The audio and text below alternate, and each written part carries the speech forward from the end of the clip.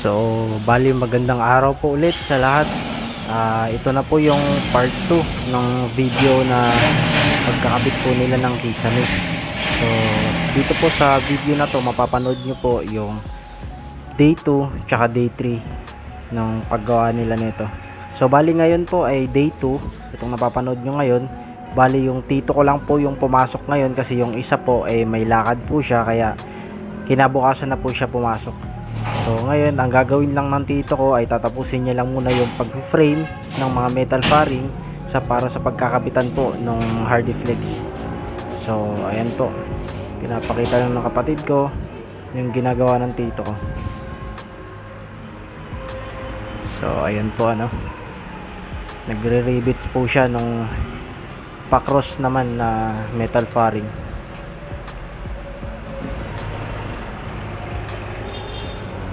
So ayan.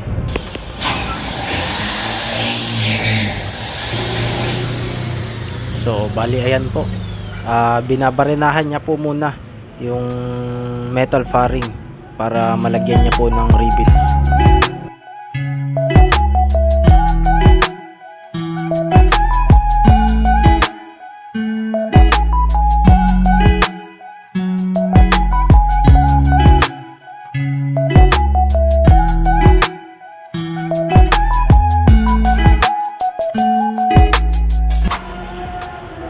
So bali ayan po, ayan na po yung naikabit nung tito ko, yung sa may bandang main door. So ngayon magme-merienda lang po muna. Ayan yung merienda niya ngayon. So ayan po yung labas, yung kapatid ko gumagawa ng project. So ayan po A few moments later. So ayan po, sinusukatan na po ulit nung susunod na ilalagay. Bali marami na po palang nalagay, hindi lang po nakapag-update kasi yung kapatid ko pong isa may lakad po, may pinuntahan, kaya hindi nakapag-video. So ayun, ngayon po magkakabit naman po ulit siya. Bali po pala yung mga distansya ng metal fairing na kinakabit ay every 2 feet po yung distansya niyan. So ayun, bali dalawang metal fairing na lang po yung kanyang ikakabit. Sinusukatan niya na yung... So bali ayun po, ayun lang po yung na-record ng day 1, ng day 2. So ito po yung day 3 na. Nandito na rin po yung isang worker, pumasok na po siya. So bali itutuloy lang nila yung ginagawa. Tutuloy lang po nila yung ginagawa kasi nung nakaraan kinulang po ng metal fairing yung dito sa may bandang main door, isang mahaba po yung kinulang, kaya bumili po yung kapatid ko doon sa tita ko na meron po silang stock, hindi pa po ginagamit, kaya yun na lang muna yung hiniraman. So bali ito po ngayon ay nagkakabit po ng mga brace pa rin sa metal fairing. Kinakabit po nila doon sa frame, yung sa may kahoy ng bubong para mas matibay po. Ayan, nire-rivets po nila dyan sa may frame, tapos pinapako na lang po nila doon sa may taas, sa may kahoy, para mas matibay po. So ayan po, pinapako po.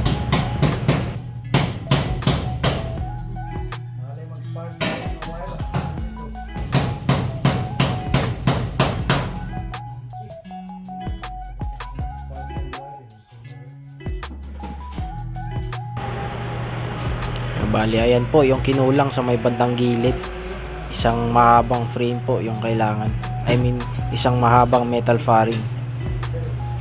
So ang sukat po yung haba na yan, yan po yung 16 feet.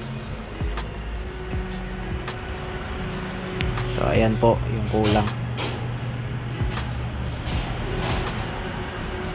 Halos tapos na rin po yung dito banda, may mga brace na nailagay. Ayan, nakikabit na po nila yung mga brace. Tapos maya maya po kakabit na rin nila yung isang metal fairing na kulang para makapagsimula na po silang maglagay ng mga hard flex. Ayan, nakapako po yung brace.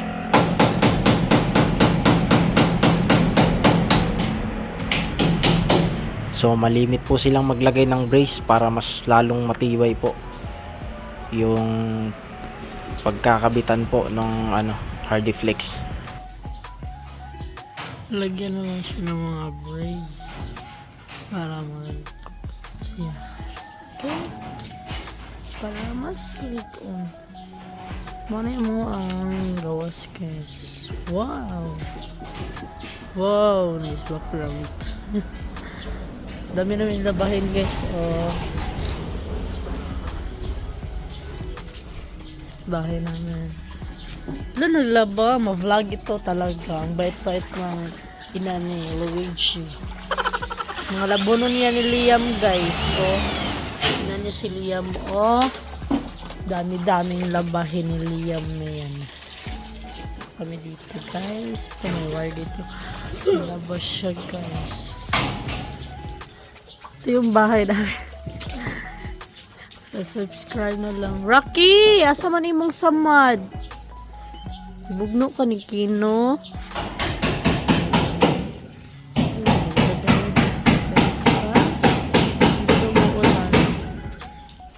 Ito yung mga nangyasang dito. Yung dito. Ito na lang yung natira, guys. Tapos kulangan siya ng mataas para daw dito. Tapos wala na. So, nanghiram kami dito sa bahay ni Uncle Yoyo. Kasi madami naman silang materials dito para sa nila, guys. For kwarto nila. Sila ng kwarto. Yan. Nanghiram kami dyan ng isa. Like 75 lang naman yan. Tapos yun yung Hardiflex namin. Tapos kanila yan. Ang na yan. Pero ba tawag dyan? Division pala. Sa kwarto nila. So, yes. Ngayon. Ito yung bahay namin guys. So, maganda-ganda guys. Ang linis-linis. Charis. Si tatay yan. Si tatay. May tubig pala kami dito. Ayan. Ito yung motor namin guys. Hindi na nagagamit kasi busy drive. Nag-o-over. Dagal yan Wow. Washing.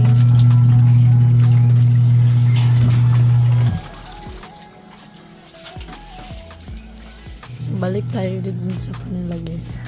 Kasi yung video guys. Para sa kanila lang ang pinigat. Vlog daw sila kasi nasa YouTube sila.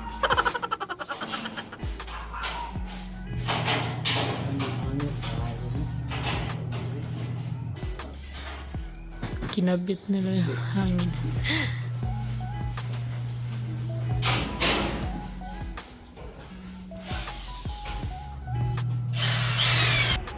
So bali ito po yung mama ko. May tinatanggal po siya na wire nung sa ceiling fan. So ito po sila nagsusukat na po nung Hardiflex para ikakat na po nila. Ayan, pinipitikan po nila para tuwid na tuwid po yung guide nila para sa pagpuputol gamit ang grinder. So ayan po. Bali ayan po yung unang Hardiflex na ikakabit nila. So itong mama ko po ay nagtatanggal nung wire nung ceiling fan namin para may alis na po yung ceiling fan kasi magkakabit na po sila or magsisimula na po silang magkabit ng Hardiflex. So ayan po, kinakat na gamit ang grinder. Medyo maalikabok nga lang po yan kaya kailangan talaga dapat may face mask.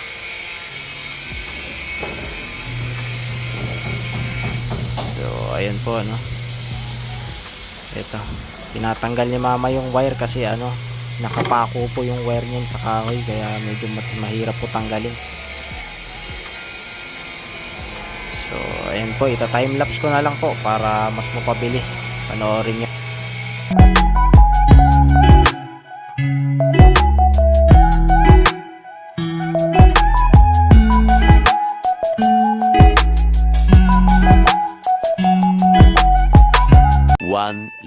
eternity later.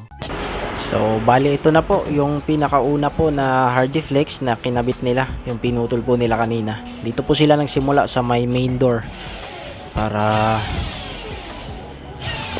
ano po, madiretso po nila dito sa papunta ng TV. So, ayan.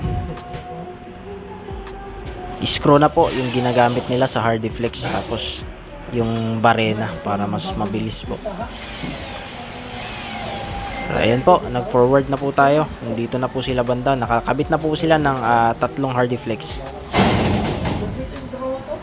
So, ayan, hini-screw na po. Mas mabilis po yung trabaho kapag ganitong may gamit po kayo na barena.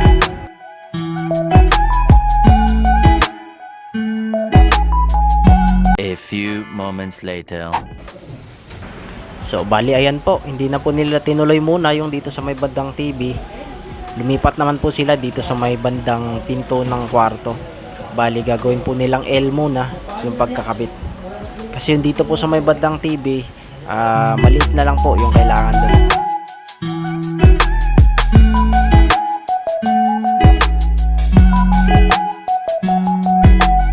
A few moments later.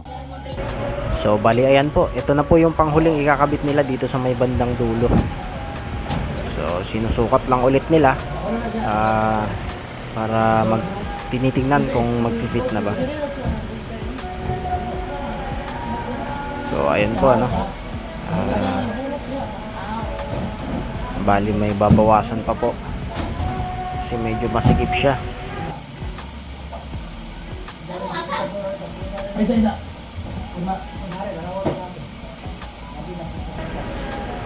So ayun po, bali dyan na lang po nila babawasan muna yung part na yan. Hindi na po dito sa may bandang dingding. Hindi na po dito sa may bandang dingding.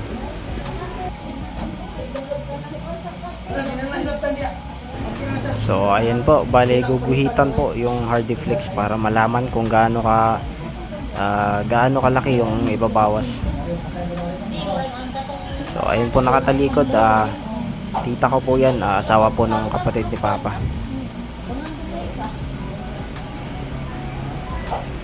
So ayan po ano.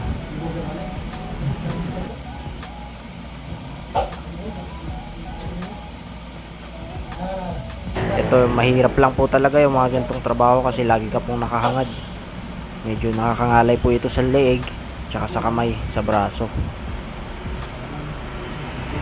So ayun, ginuguhitan na po yung ano, ibabawas.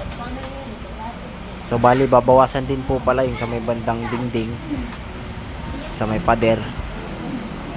So ayan, tinanggal na po para mabawasan na. So ayan, bali yung hilera po pala dyan simula sa main door hanggang dyan sa dulo, gumamit po sila ng 4 na piraso ng, siguro yung sukat po niyan 4x4 po siguro, 4 feet by 4 feet. So 4 na ganyan kalalaki. So ayan, isusukat na po ulit, nabawasan na.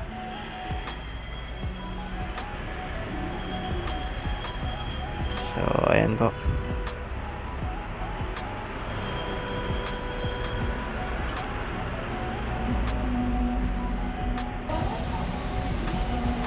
So bali kapos pa rin po.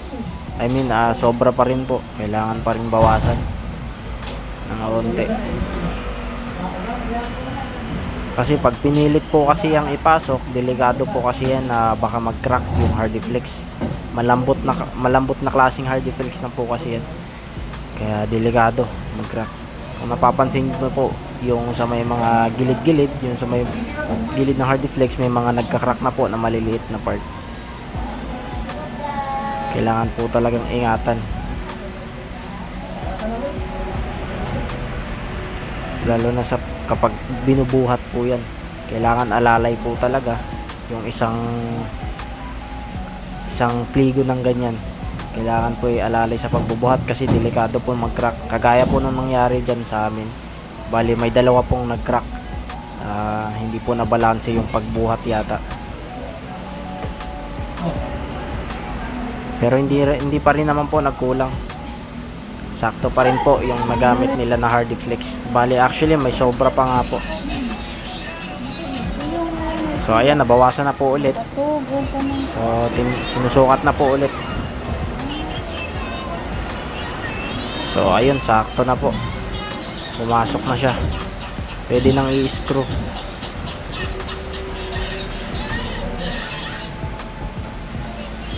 So ayun po, ano. I-screw na po yan. Itungan para pag in-screw po pantay na pantay.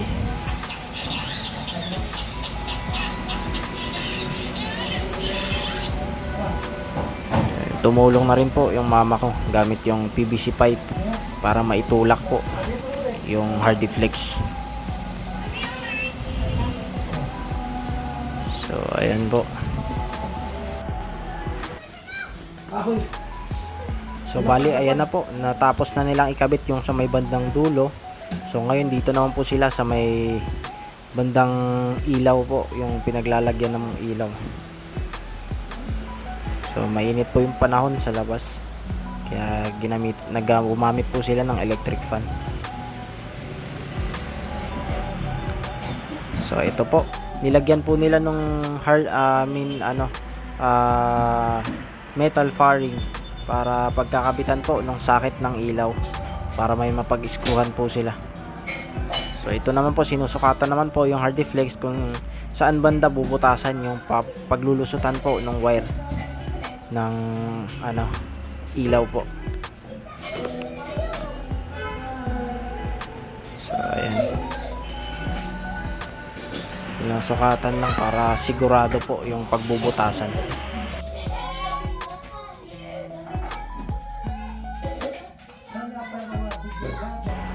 Kasi kailangan po magkatugma yung pagbubutasan niyan tsaka yung pagbubutasan po ng Hardiflex. Bubutasan po kasi yung metal fairing.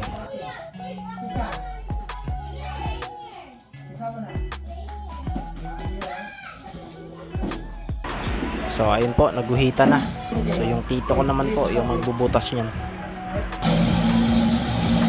Ayun, binubutasan na po ng tito ko. Tapos yung isa naman po, binubutasan niya po yung Hardiflex.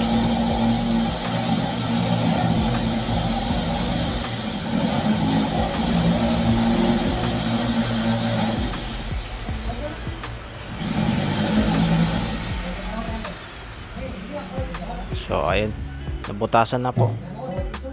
Diyan na po ilulusot yung wire.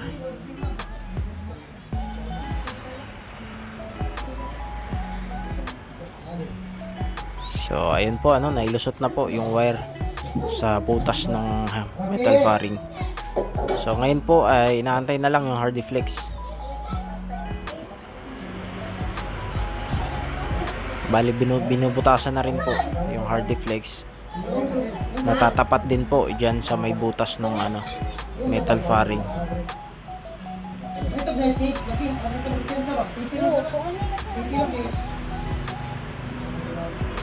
So bali ayan na po yung Hardiflex, nabutasan na po. Bali susukat na nila kung tama ba yung nabutas nila.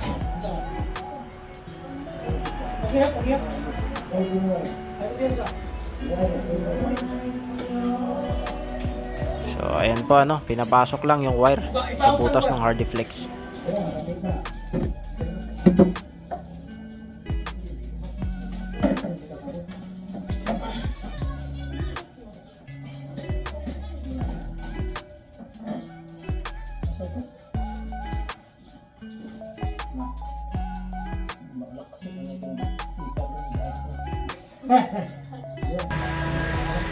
So bali ayan po, naipasok na po yung wire sa butas ng Hardiflex. So iniikot lang po para may salpak na.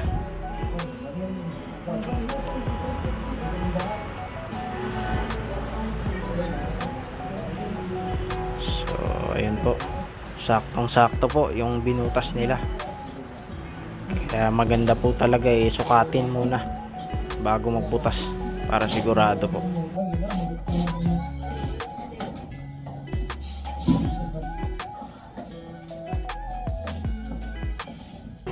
So inaayos na lang po nila yung hard flex na papantay po sa mga dugtungan para may screw na po nila. Okay.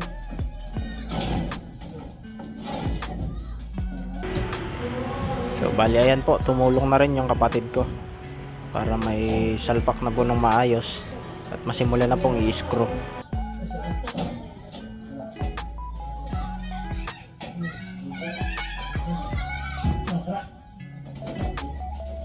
Okay, Mike. Balik lagi, balik ko. Balik ko, balik na. Kasi gabay ka na. Tapak ka na lang. Ayun na po, tapak ka na. So bali ayan po, chine-check lang na mabuti yung dugtungan kung lumapat ba ng maayos bago i-screw. Balik ko na.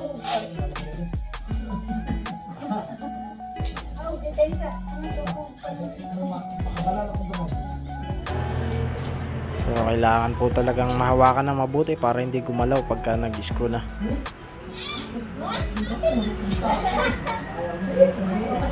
Bali tumulong na rin po yung mama ko. Gumamit po siya ulit ng PVC pipe para ipangtukod po sa hardy flex. So kumuha lang ng screw yung mag-i-screw po.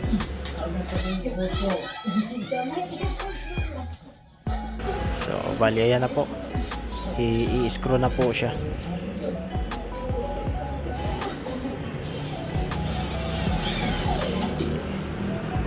Kailangan po talaga maingat sa pag-i-screw din kasi hindi mo kontrolado po yung grinder. Pag sumobra po maaaring mag-crack yung hardy flex. So ayan, kabitan na ng screw.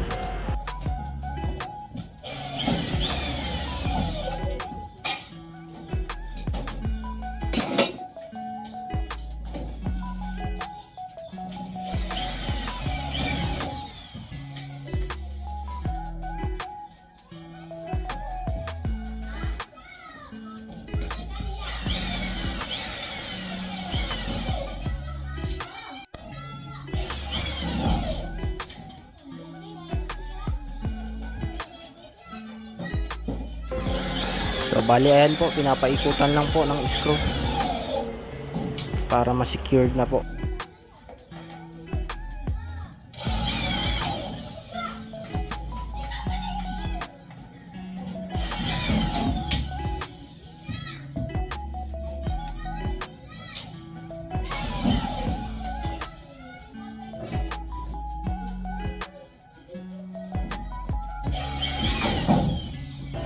So bali ayan po, nagkakabit pa rin po sila ng mga screw sa may bandang gitna naman po. So bali yung tito ko kakabit naman po yung socket ng ilaw. Tap dito din ako. Narang dito tungod naman.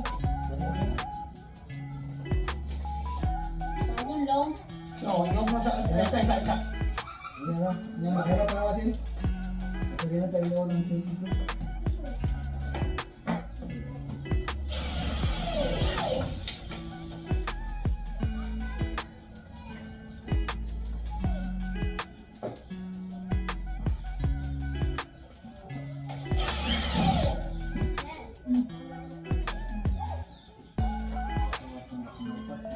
Nakaitol ba?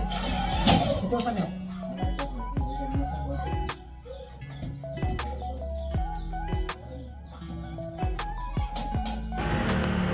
So ayan po, nagpalit po sila. Bali yung tito ko magtutuloy ng mga screw ng hardy flex. Tapos si kuya naman po yung magkakabit ng socket ng ilaw.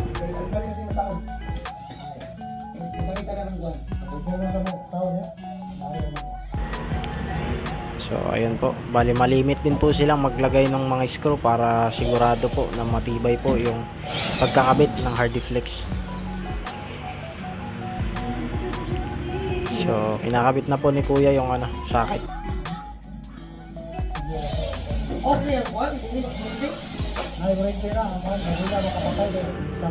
Bali ayan po, nag-screw pa rin.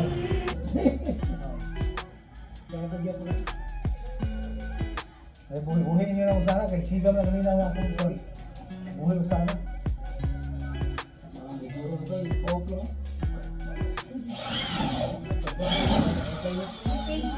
I-off lang, bro. Dali na kini. Ano yung siya? Hindi na makaroon ng isuot ka. I-off ka dyan. Kaya ka na sana. Ano ito lang isuot ka? I-off ka na. I-off ka na. I-off ka na. Ay! Bakit blade yan? Blade? Oh? Wala. Ano ka na? Ako mo na.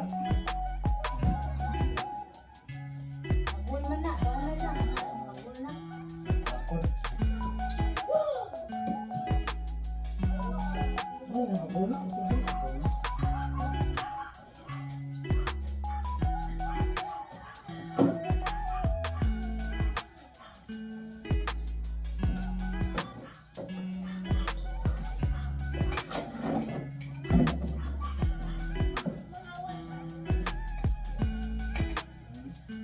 Sige lang eh.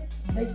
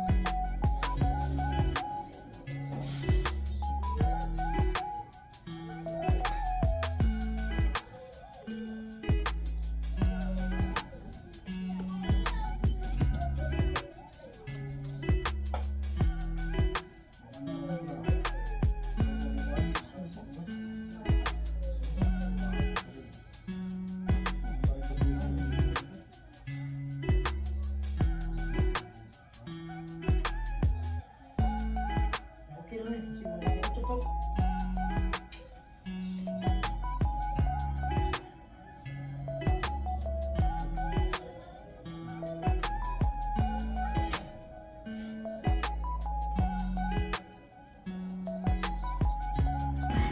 So bali ayun po, kinakabit na po nila yung sakit po ng ilaw. So bali wina-wiring yan, nag-iingat lang po kasi kanina nag-ground po kasi yan. Dito sa bangko ba? Kahit naka-off na po yung switch tsaka yung plangka or yung breaker. So ayan, bali ito na rin po yung huling Hardiflex na naikabit nila dito sa day 3 kasi hapon na po ito. So tinapos lang po nila itong sakit, tapos kinabukasan na po ulit sila bumalik. Dito lang.